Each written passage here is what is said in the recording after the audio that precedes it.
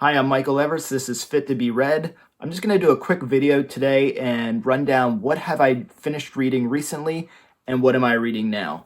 Most recently, I finished Nnedi Okorafor's Remote Control. We're following Sankofa, who is a child who has a deadly touch, and throughout the story, she's trying to track down an object that she has lost or that was taken from her. The setting of this book is in Africa, specifically in Ghana. And it's interesting to see how adults and others treat the Sankofa and the fear that they have and the respect that they have because of this deadly touch of hers.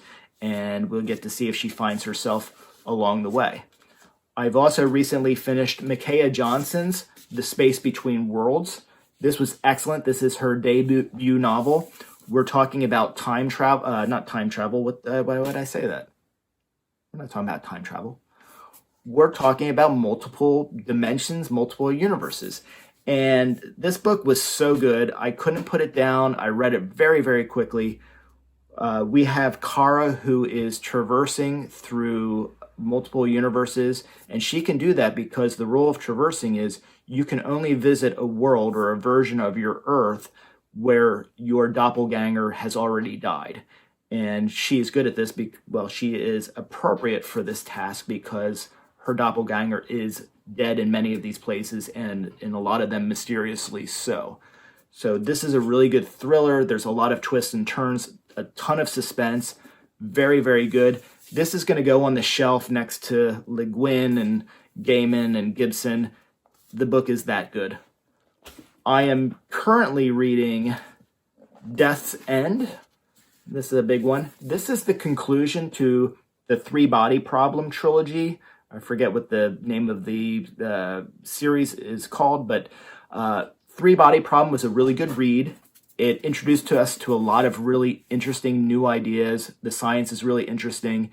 It was a good read, not a great read for me, but it was very good, and I especially respect it because of how creative and how innovative it was. The sequel, The Dark Forest, is one of my favorite sci-fi books of all time now. It's going to definitely be in my top 5 if I get around to doing a top 10 soon. And to put that in context, I read a lot of science fiction, so obviously it's just me, but that's a really good book. I absolutely recommend Three Body Problem because it's innovative and interesting and exciting and good, but really because I want you to get to that sequel, and I want you to get to Death's End, which I'm now 100 pages into, and it's promising to be just as good as The Dark Forest. So I'm really looking forward to just kind of just sitting down with this, and it's thicker than the other two. So I get to have a lot of time to say goodbye to the series, but really enjoy the rest of this ride. And, one of the things that was really interesting in The Dark Forest was this idea of cosmic sociology.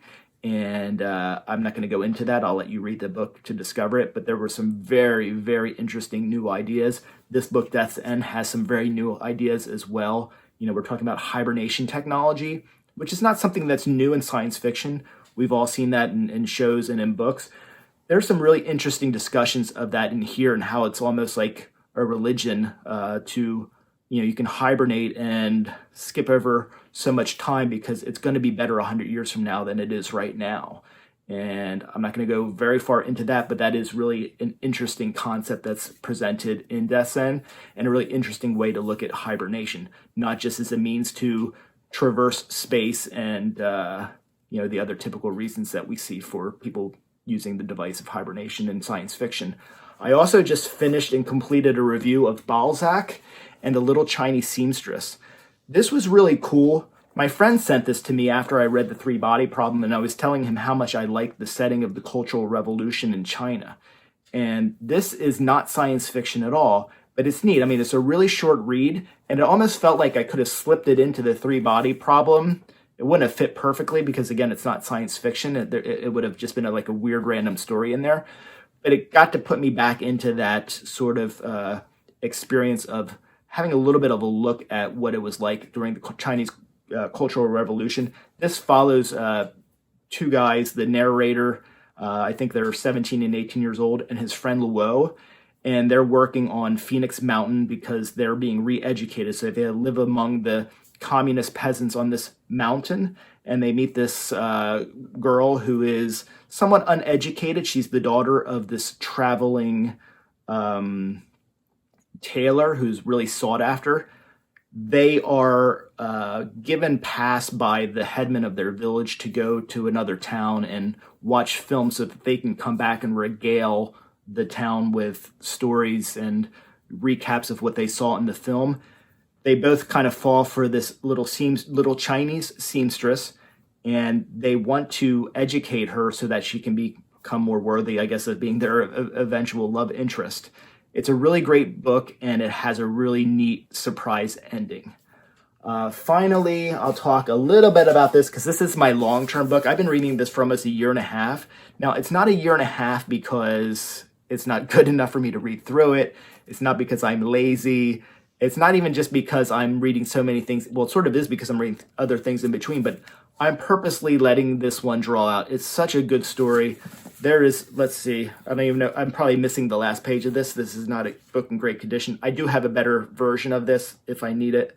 1,188 pages, so almost 1,200 pages here. I'm more than halfway through. You can see my bookmark is one of the missing pages, and it's so good. In the, 700 pages I've read so far? 742 pages, and there hasn't been a page that's been boring. Like, there's never been a point where I'm like, okay, I'm going to put it down. I always get like, no, one more page, and then I put it down. Then I'll go read, and I'll read 2 or 3 more books, do reviews on those, and I'll come back. Sometimes I'll forget to come back. And it's great, too, because if I did this with almost any other book, I'd come back and I'd be lost. I know exactly where I am in this book when I come back to it. It's such a great story. It's set in India. I'm not even going to talk about it. You can read the back jacket of this book or look it up and see. What I'll say is, in terms of recommending it, it's vast. The characters are so amazing. The main character is not perfect. He has so many flaws, but they're such like real human flaws, and some of them are extreme, some of them are subtle. There's an immaturity that just feels really real about him, but you care about him, you root for him, you want the best for him.